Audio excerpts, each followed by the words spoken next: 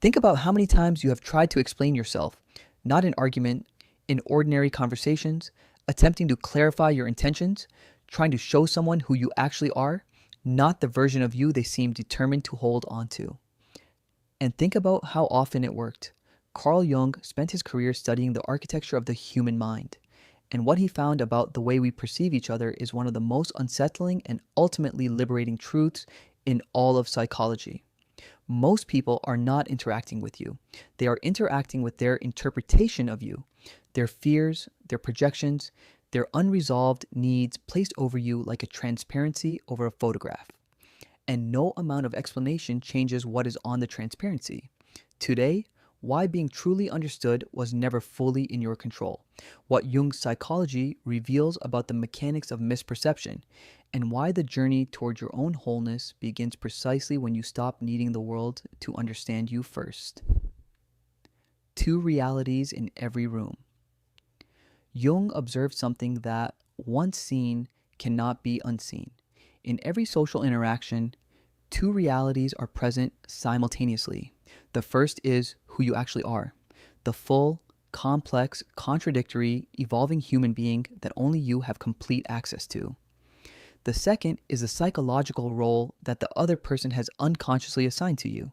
The good son, the quiet one, the funny one, the responsible one, the sensitive girl, the difficult colleague, the one who never quite fits. These roles are not always chosen consciously. They are assigned quickly, efficiently, often in the first few interactions, by a mind that needs to categorize in order to function. And once the role is assigned, every action you take is filtered through it. Your kindness is read as weakness. Your silence is read as insecurity. Your ambition is read as selfishness. Your growth, especially your growth, is read as a threat to the stability of the category they placed you in. You are not being misunderstood by accident. You are being misunderstood by design, the unconscious design of a mind that finds certainty more comfortable than truth. Projection.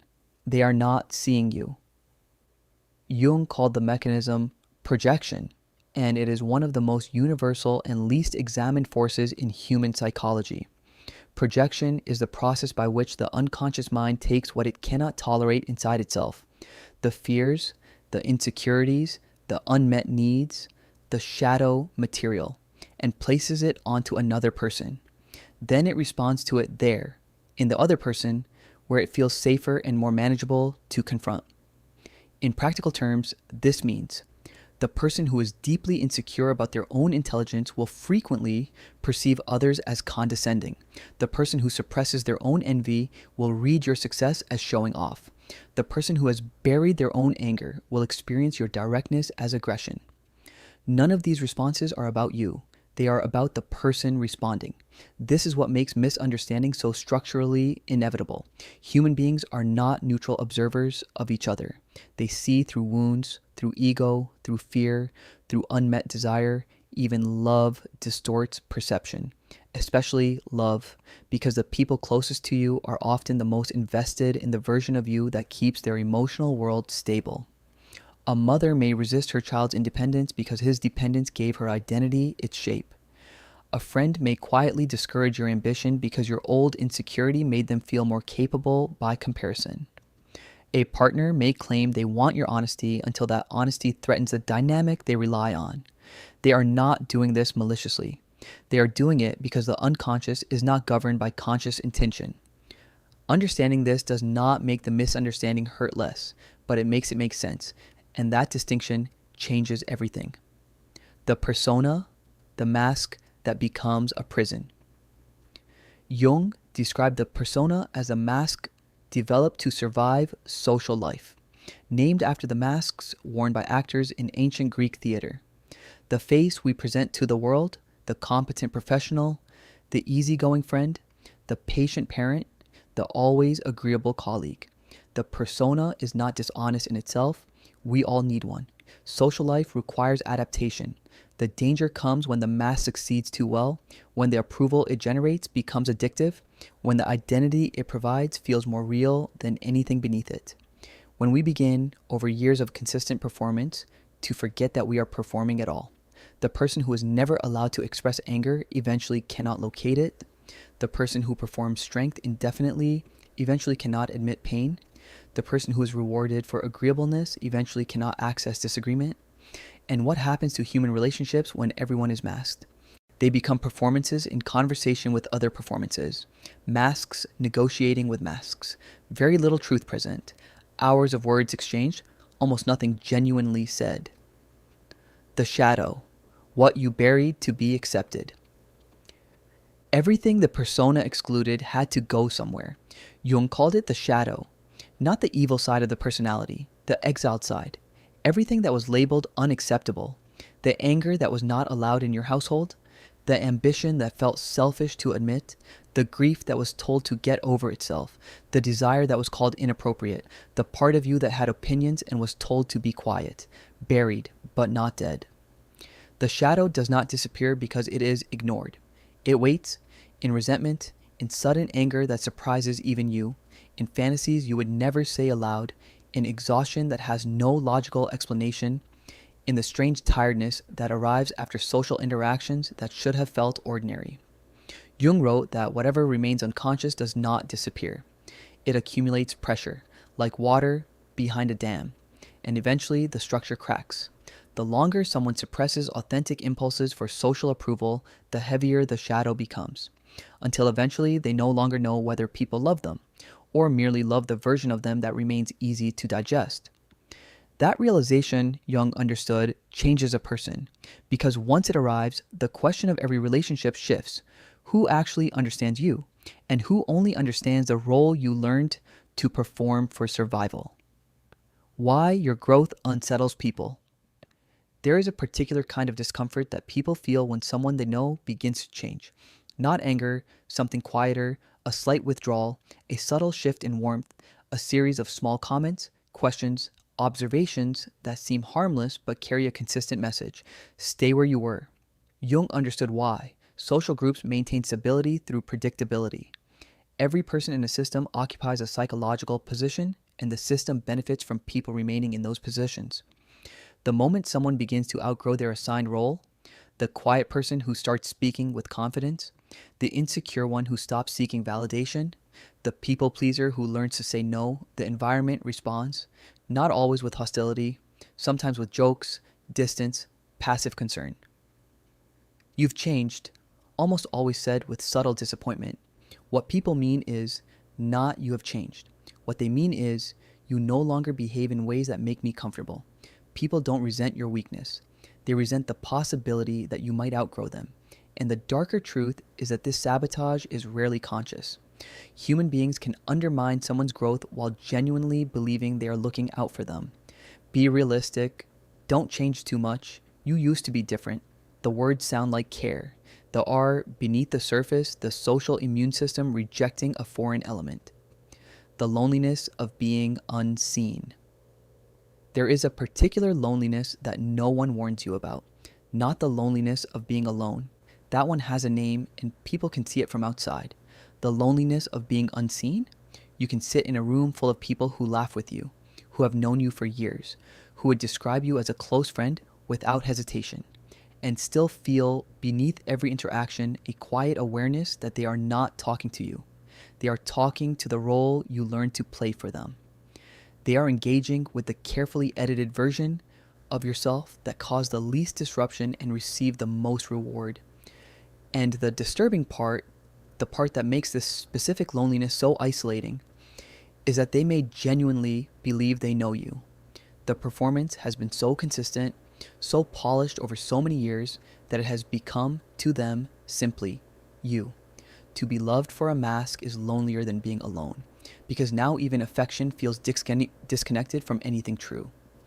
This is where many people experience their first genuine psychological awakening. They stop asking, how do I make people understand me? And start asking a different, more honest question.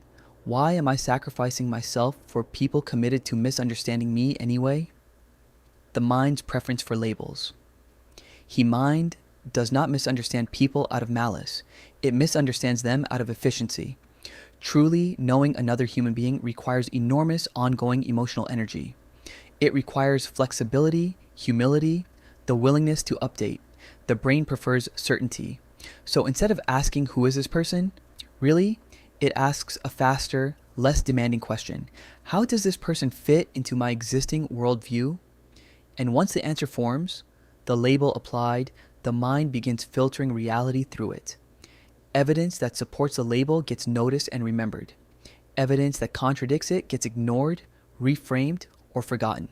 This is why changing someone's perception of you feels close to impossible. You are not fighting their opinion. You are fighting the stability of their internal world. Because if they misjudged you, if the label was wrong, they must also confront the possibility that they misjudge other people, maybe even themselves.